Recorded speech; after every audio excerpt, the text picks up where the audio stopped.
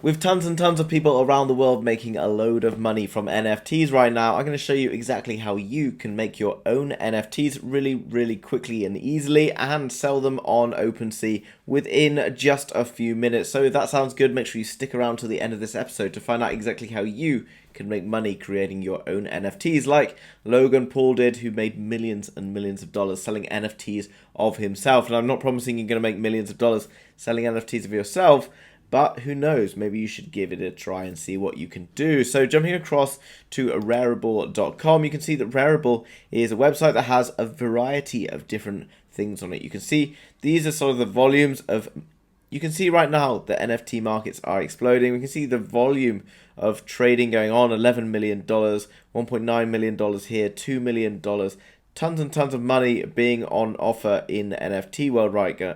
Tons and tons of money available in the NFT world right now, and let's go and get a slice of that pie for ourselves, guys. So if you click on create up here, it's going to bring you to a new page in which you can create your own NFTs.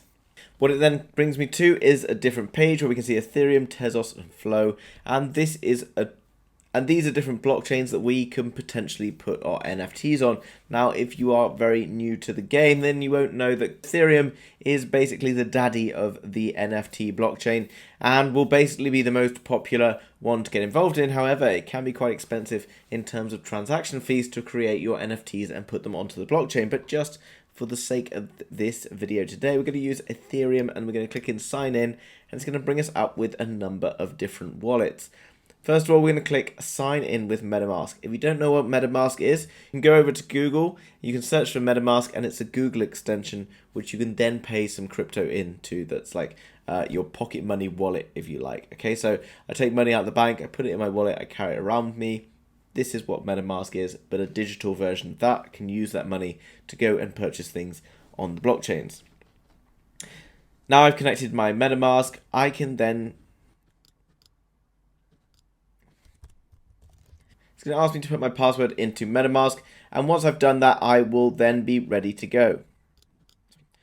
Now I've put my password in, it's going to bring me to this screen where I've got single or multiple, okay? And what I'm going to click on, guys, and what that means is either I can click on single and make a single NFT, like a one of a kind, or I might want to make multiple of that. I might want to make like 10 different Pokemon cards, for example, but not Pokemon cards because obviously they're copyrighted.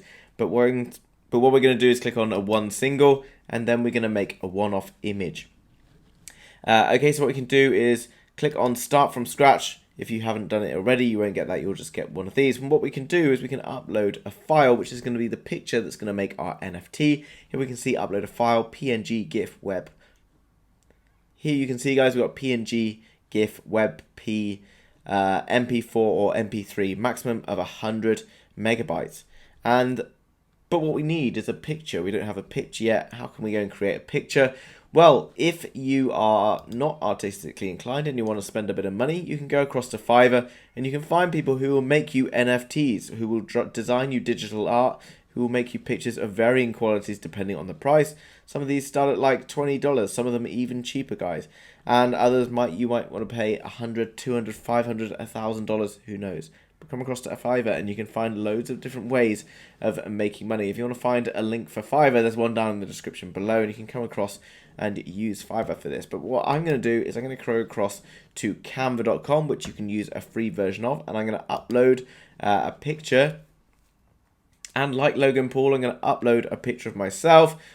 What I'm going to do, guys, I'm going to click on the uploads and just upload this picture of myself, which I've already removed the background for. You know, I probably could have been smiling, but I didn't think I was going to be using it for this, but who cares, right? And then what can I do to it? I can go and click on the image, and I can click on edit image. Obviously, you don't have to use a picture of yourself if you're not as vain as me, or you can go and use a picture of a dog or a cat or whatever it is.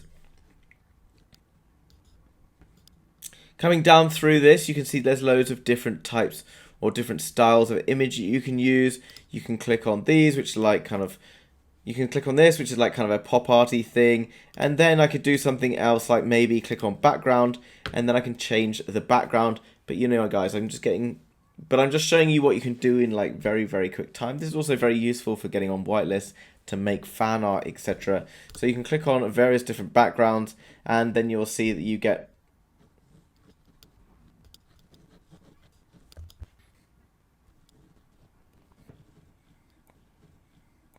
Okay, so guys, I've just chucked in a background there, and then I've chucked in this image of myself, which I've edited. You know, potentially there's a few more things you can play about with, etc., to make it look really cool. There's a few things around you can go and play around with to make it look really cool, but we're just going to stick with this for now because because this isn't a video about creating art, guys. I'm sure there's plenty of other people who are much better for that than me. All we're going to do then is just check it's in the right format, which is PNG, and we're going to download that image.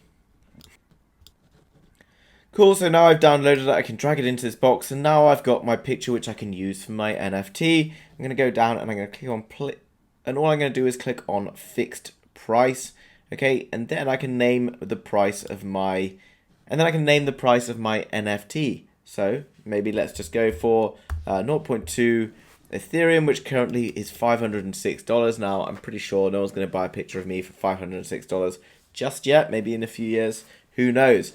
But you can see it's going to cost me a 2.5% service fee. So obviously bear that in mind. It's going to potentially cost me $10 to $15 if I want to make this into an NFT. So if you can imagine that you're making 10,000 NFTs, the service fee could potentially be much, much higher. So what else I'm going to do is I'm then going to click on a name. I'm going to call it Peter Anthony NFTs.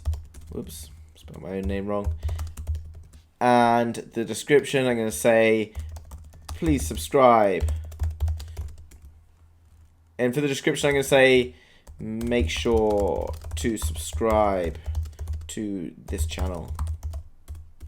It's actually not for the description, guys. That's for you at home if you'd missed it. So make sure you go and subscribe right now. And the coolest part about NFTs and creating NFTs, in my opinion, is not the initial price that someone pays for it, but the royalties, okay? Because here I can select 10%. So what I'm saying right now is it's going to sell at 50. So right now it's going to sell at, let's say, $500. I make $500.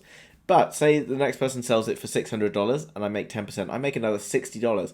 For the rest of time, this item could get sold every few weeks, every couple of days, who knows, for X amount of money. Think about how much I'm going to get every time I get 10% of the sale. And I get 10% of every sale, okay? So every time that's moving and changing hands, I'm getting 10%, 10,000 items, 10% each time. You know, do the maths. It gets very, very potentially exciting. And then you click on create item and it's going to bring me in and it's going to try and charge me money for doing this. But once I have that, but right now, guys, I don't really want to pay to make a picture of myself on the blockchain, so we're just going to skip that. But you can see, very, very straightforward. This is going to put it into my MetaMask.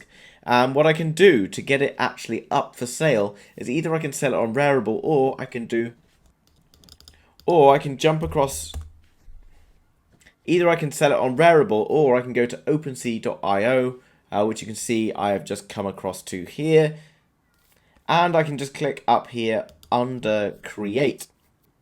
Again, it's going to ask me to sign into my MetaMask.